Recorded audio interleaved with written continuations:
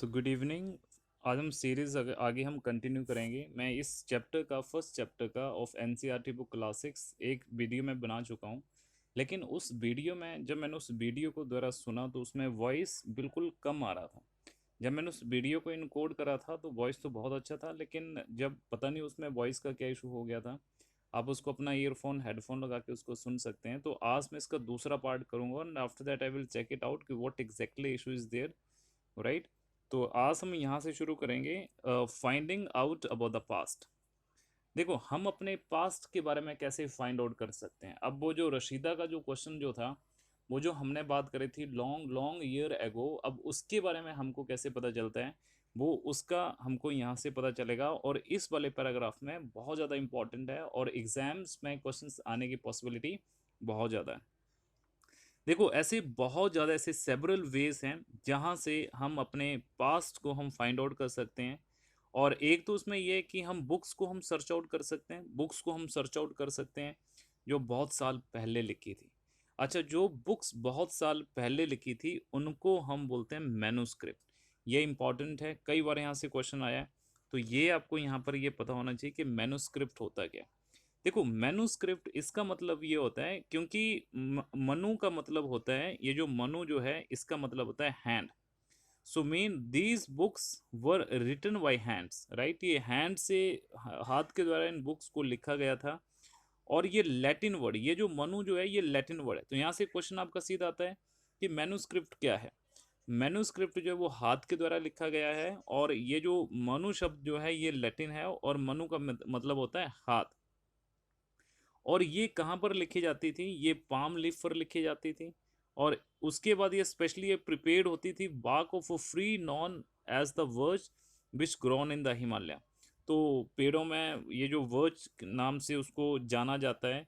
तो ये जो था, ये हिमालय पेड़ जो था वो हिमालय में ये ग्रो होता था, ये वाला वर्ज जो था। तो वहाँ पर उसको लिखा जाता था। तो ये चीज़ इम्पॉर्टेंट है। तो हम मैन्युस्क्रिप्ट को हम पढ़ सकते हैं। और मैन्युस्क्रिप्ट का मतलब होता है हाथ के द्वारा लिखा हुआ, और मनु जो ये लैटिन वर्ड है और इसका मतलब होता है हाथ। देखो, ऐसे बहुत ज़्यादा ऐसे बुक्स थी जो लिखी गई थी, और कुछ ऐसे मैन्युस्क्रिप्ट थी उनको तो कीड़े मकोड़े खा गए, या तो कुछ वो डिस्ट्रॉयड हो गई। और ऐसे बहुत ज़्यादा हमने उनको ऐसे सरवाइव भी करके रखा हुआ, उनको हमने प्रिजर्व भी करके रखा हुआ है। और उनको जो हमने प्रिजर्व करके जो रखा हुआ वो टेम्पल्स में प्रिजर्व करके रखा हुआ है, और मोनेस्ट्रीज में प्रिजर्व करके रखा हुआ है। और ये जितने भी बुक्स जो हैं ये डील करती हैं हमारे जितने भी अगर सब्जेक्ट यहाँ पर दे रहे हैं, जैसे रिलीजियस एंड बिलीफ। अगर हम रिलीजियस और बिलीफ की हम बात करते हैं तो इसके बारे में है ना, वो प्रैक्टिस किस तरह से करते थे, the lives of the king, the medicine and science. तो ये सारा सारा जो है ये इन सब्जेक्ट्स के बारे में इन मैन्युस्क्रिप्ट में ये लिख के रखा हुआ है। और इसके अलावा और भी चीज़ें लिखी हुई हैं, जैसे एपिक्स, पोम, प्लेस, राइट। और ये जो थी बहुत ज़्यादा, जो चीज़ें जो थी बहुत ज़्यादा, ये सब्जेक्ट जो थे ये संस्कृत में लिखे थे। उस टाइम पर जो संस्कृत लैंग्वेज जो थी वो सबसे प्रोमिनेंट लैंग्वेज कंसिडर करा जाता था। जैसे आज के टाइम में ये बिलीफ बना हुआ है कि इंग्लिश जो है that is one of the prominent language in today's time, और हिंदी को हम थोड़ा सा कम प्रेफरेंस देते हैं। तो उस टाइम पे संस्कृत जो बोलते थे, वो जो स्कॉलर जो थे, पढ़े लिखे एजुकेटेड लोग जो थे, दे यूज संस्कृत। और जो नॉर्मल लोग जो थे वो प्राकृत लैंग्वेज का यूज़ करते थे, ये ऑर्डिनरी लोग और जो तमिल के लोग, राइट। तो ये जो थे ये प्राकृत लैंग्वेज का यूज़ करते थे। अच्छा, इसके बाद जो है हम आगे हम बात करेंगे। पहले तो हमने ये मैन्युस्क्रिप्ट कर लिया, अब हम आगे और हम बात करेंगे। देखो, दूसरी इम्पॉर्टेंट चीज़ जो है जिसके बारे में हमको पता लगता है और वो हम स्टडी करते हैं, मैन्युस्क्रिप्ट तो हो गया, इंस्क्रिप्शंस की। अब यहाँ से ये वाला इम्पॉर्टेंट क्वेश्चन बनेगा कि इंस्क्रिप्शन होता क्या है। देखो, इंस्क्रिप्शन जो है ना, इसमें like as these are writing on relatively hard surface such as stone और मेटल। तो इनको जो था, ये जो इंस्क्रिप्शन जो था ये हार्ड सरफेस पे लिखा जाता था। वो स्टोन हो सकते थे, मेटल हो सकते थे। और आपने जैसे देखा होगा जब हम कुतुब मीनार जाते हैं या फिर हम इंडिया गेट में जाते हैं, तो वहाँ पर जो है उस उनको लाइक एस वहाँ पे पत्थर पर लिख के रखा हुआ, वो डिटेल्स लिख के वहाँ पर रखा हुआ। तो ये जितनी भी चीज़ें हार्ड स्टोन और मेटल पर जो लिखी जाती थी, हार्ड सरफेस पर लिखी जाती थी, उनको जो है वो हम बोलते हैं इंस्क्रिप्शन, उनको जो है हम बोलते हैं इंस्क्रिप्शन। तो यहाँ से क्वेश्चन ये बनता है कि what is the difference between manuscript and inscription, तो ये आपको पता होना चाहिए। और ये किंग्स जो थे ये क्यों लिखते थे, ये भी ऑर्डर भी अपना वहाँ पर इंस्क्राइब्ड करते थे ताकि लोग उसको देख सके, उसको रीड कर सके और उसका ओबे भी कर सके। क्योंकि पुराने टाइम में टेक्नोलॉजी तो थी नहीं, अब ऐसा तो था नहीं कि जैसे आज के टाइम में हम सर्कुलर इश्यूज कर देते हैं, नोटिस हम इश्यूज कर देते हैं, कम्युनिकेशन हम मीडिया के थ्रू हम कर देते हैं। तो उस टाइम पे ऐसा नहीं था। तो उस टाइम पे ये राजा क्या करते थे, ये हार्ड स्टोन या सरफेस पे ये लिख के दे देते थे, और उसके एविडेंस हम आज भी हम देख सकते हैं। जब हम ऐसे हिस्टोरिकल जगह पर हम जाते हैं तो वहाँ पर हम इजिली वहाँ पे देख सकते हैं। तो ये यहाँ पर दो चीज़ें जो थी वो इम्पोर्टेंट थी, और इसका आपको ध्यान रखना है। तो इसमें वो लिखते क्या थे, हम ये चीज़ हम देख सकते हैं कि जो किंग्स जो थे वो रिकॉर्ड रखते थे विक्ट्री एंड बैटल्स, कि हमने वही कितनी विक्ट्रीज हमने बैटल हमने जीता है ना, वो जो सारा का सारा वो जो थे डिटेल वहाँ पर रखते थे। और देखो ये जो है ना, जैसे जितने भी ऑब्जेक्ट जो हैं ये भी यहाँ पर इम्पोर्टेंट है, ये आपको ध्यान में रखना है कि these were many other things that were made and use in the past. भाई ऐसी बहुत ज़्यादा ऐसी चीज़ें थी जो हम पास्ट में यूज़ करते थे। And those who study these object are called archaeologist. तो यहाँ पे आर्कियोलॉजिस्ट आपको पता होना चाहिए। आर्कियोलॉजिस्ट वो पर्सन होता है जो स्टडी करता है मीन ऑब्जेक्ट की, बहुत पुराने टाइम में जिन्होंने लाइक ऑब्जेक्ट की स्टडी करी है पास्ट में। And these study the remain of buildings made of stones and bricks, painting and sculpture, and they also explore and excavate, dig under the surface of the earth। देखो जैसे उस time के जो लोग जो रहते थे, तो उसके बाद जो धरती के नीचे जैसे हमको ऑब्जेक्ट मिले हैं, तो उन ऑब्जेक्ट को देखकर ये जितने हमारे आर्कियोलॉजिस्ट जो हैं ये वहाँ पर फिगर आउट कर सकते हैं, ये पता लगा सकते हैं कि उस टाइम के लोगों का रहन सहन कैसा था, राइट। वहाँ पे वो किस तरह के टूल्स यूज़ करते थे, वो वेपन्स क्या थे, उनके पोर्ट्स क्या थे, ये ऑर्नामेंट्स। तो इन सारे के सारी चीज़ों के बारे में हमको पता चल जाता है। और अदर हम ये भी चेक कर सकते हैं कि उनको बॉन्स मिली हैं, वेक्ड क्लेज मिली हैं और मेटल्स मिले हैं। तो इससे हम ये पता लगा सकते हैं कि उस टाइम पे जो लोग जो थे वो क्या खाते थे और कहाँ कैसे वो खाना वगैरह बनाते थे। तो ये सारा का सारा हम पता लगा सकते हैं। और जिन इन ऑब्जेक्ट का जो स्टडी करता है उसको हम बोलते हैं आर्कियोलॉजिस्ट। ये इंपॉर्टेंट टर्म है, ये आपको पता होना चाहिए। और आगे जो हैं जैसे यहाँ पर भी वो चीज़ दे रखा है कि जो आर्कियोलॉजिस्ट जो हैं इन्होंने लाइक एस इनमें भी देखा है, जैसे बॉन्स हड्डियाँ जो होती हैं एनिमल्स की, वर्ड्स की, फिश की, और इससे ये पता लगाते थे कि भाई वो लोग खाते क्या थे, किन किन जानवरों का वो मीट खाते थे। अच्छा, plants remain survive for more rarely if seeds of grain of piece of foods have been worn, है ना। तो जैसे वो जो सीड्स जो थे वो वहाँ पर खा के वो फेंक देते थे, तो राइट उससे भी वो पता लगा सकते हैं। तो ये जो हैं हिस्टोरियन, आगे है हिस्टोरियन। हिस्टोरियन कौन होते हैं? That is scholar who study the past often use the word source to refer to the information found from manuscript, inscriptions and archaeology. तो जितनी भी चीज़ें हमको मिली हैं मैन्युस्क्रिप्ट से मिली हैं, इंस्क्रिप्शन से मिली हैं, आर्कियोलॉजी से मिली हैं, तो इनसे जो हम स्टडी करते हैं और ये हिस्टोरियन होते हैं, राइट। और हम हमें उनसे पता चलता है। अब हम बात करते हैं कि वन पास्ट और मैनी। देखो क्या एक ही पास्ट है या फिर ज़्यादा है? और इसमें ये भी दे रखा है, देखो हमारा इस बुक का टाइटल भी है अब पास्ट। अभी देखो पास्ट ये प्लूरल है। अब जैसे ये पास्ट जो है ये सिंगुलर है, और जब इसके साथ प्लूरल एस लग जाता है तो ये प्लूरल बन जाता है।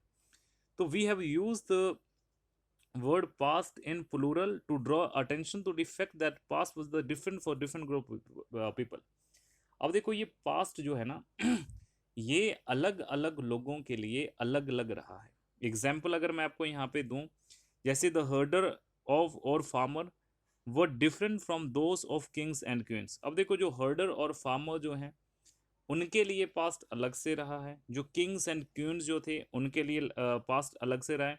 The lives of the merchants, अब ये जो लाइव्स ऑफ मर्चेंट्स जो थी ये डिफरेंट थी from those of the craft person and so on. तो ये अलग अलग पास्ट में वो सबके रहे हैं। तो इसमें बस हमको यही हमको यहाँ पर देखना है कि आगे दे रखे कि as it is true even today people follow different practice and custom in different part of the countries.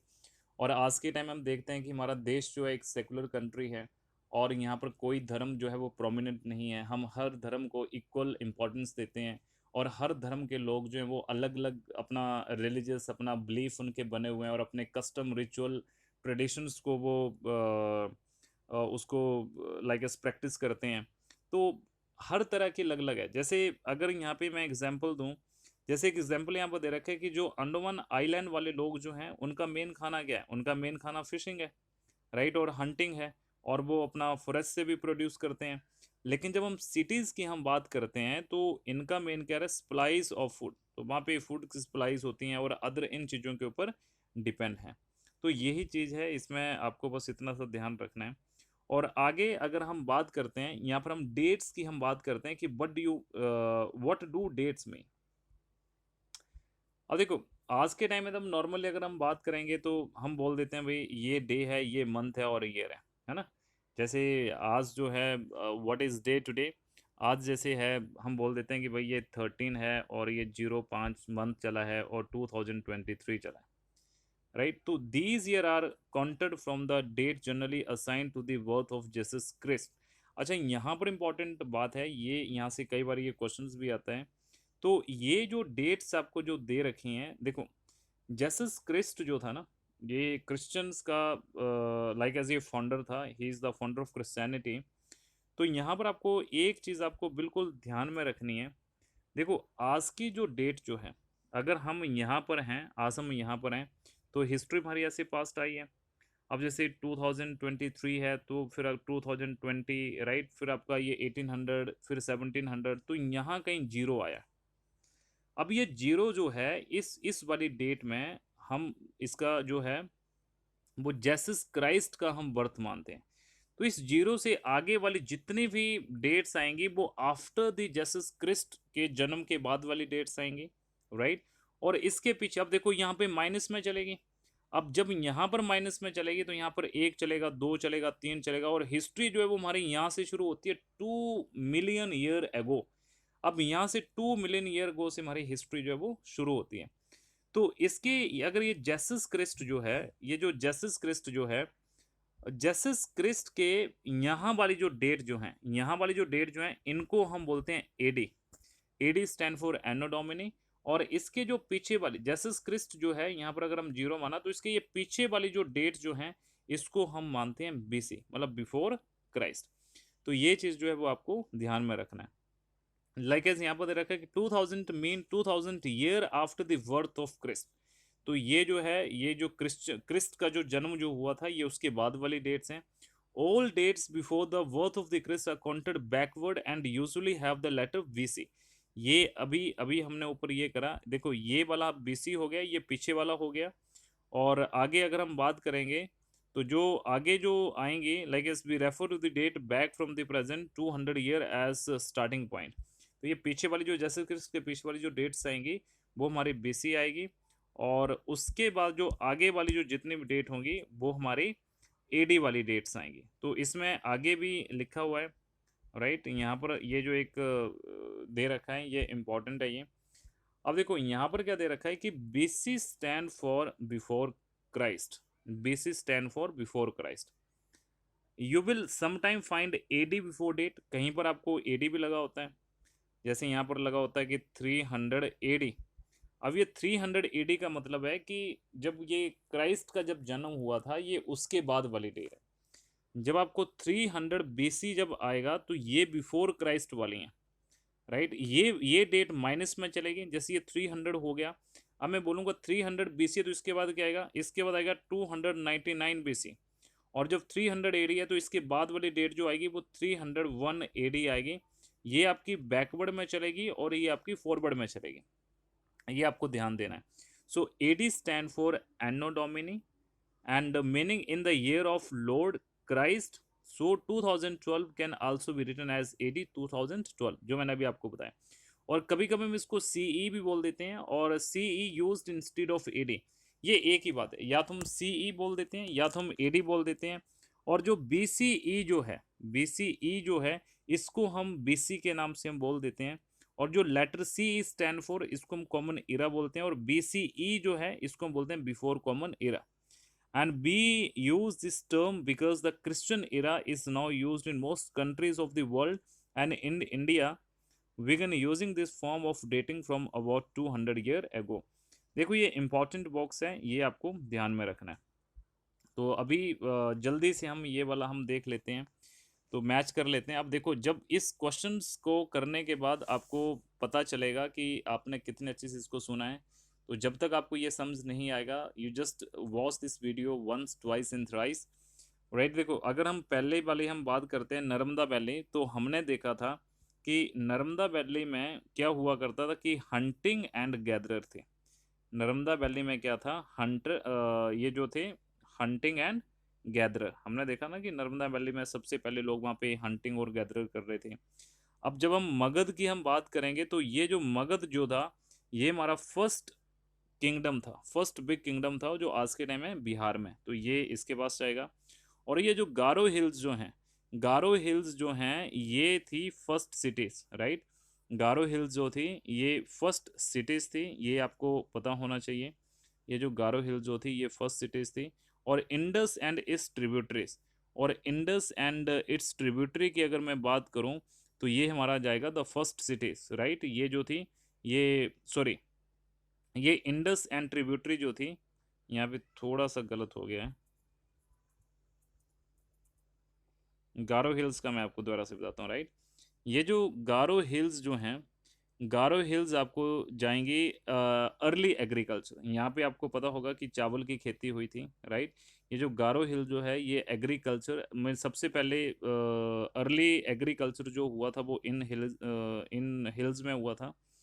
और इंडस एंड ट्रिब्यूटरी जो है, इंडस एंड ट्रिब्यूटरी जो है ये आपकी हैं लाइक एस, ये हैं आपकी द फर्स्ट सिटीज, राइट। ये जो हैं इंडस एंड ट्रिब्यूटरी, ये फर्स्ट सिटीज हैं, तो ये इसके साथ जाएगा। और गंगा वैली जो है ये सिटी अबाउट 500 ईयर एगो, तो इसको आपने ध्यान से देखना है, राइट। और ये सेकंड क्वेश्चन है कि list one major difference between manuscript and inscriptions. तो मैंने आपको पहले बता दिया कि जो मैन्युस्क्रिप्ट जो होती हैं ये हाथ के द्वारा लिखी जाती हैं, और ये स्पेसिफिक ये पाम्स लीव्स पर लिखी जाती हैं। और जो इंस्क्रिप्शन जो है ये हार्ड सरफेस पर लिखी जाती है। और रिटर्न टू रशीदा questions, can you think about some answer to it.